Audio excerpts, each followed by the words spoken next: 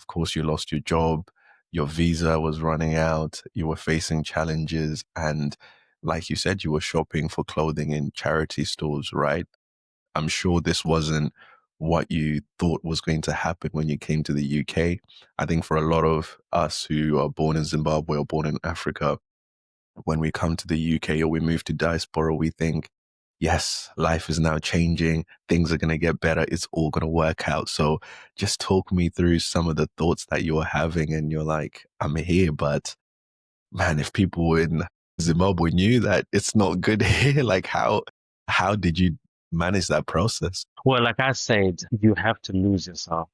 I lost myself, right? Okay, not like in a bad way. Some people spiral into like drugs and stuff, but I spiraled into books. So, I had this friend of mine called Bruno, right? He came to mind and just like, bro, where do you see yourself in 5 years? And no one had ever asked me that question before. I was like, well, I don't know, bro. And it was like, yo, you need to get into books. And he gifted me this book called Talent is Overrated. That was my first adult book like that I read. Yeah. And it's more like outliers, right? Like it talks about talent is not enough. You know what I mean? Like they need to be a certain aspect of you that really pushes you there.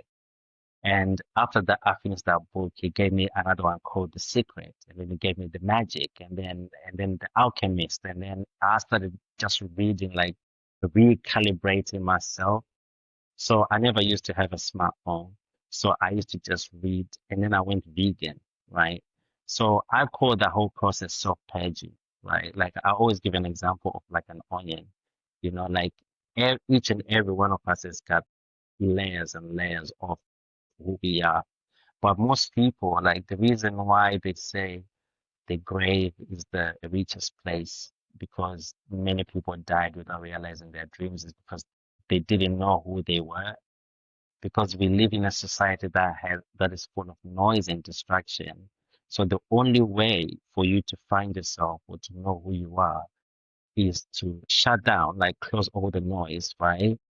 Like bulletproof yourself from all the distractions and start getting into the core of yourself. So you start peeling yourself, start peeling yourself, start peeling yourself. If you can't travel, the best way to know or to expose yourself to the world is through reading. So I started reading a lot, and then my mind started like stretching. Like what you're saying about what your dad said, that once your mind stretches, it never goes back.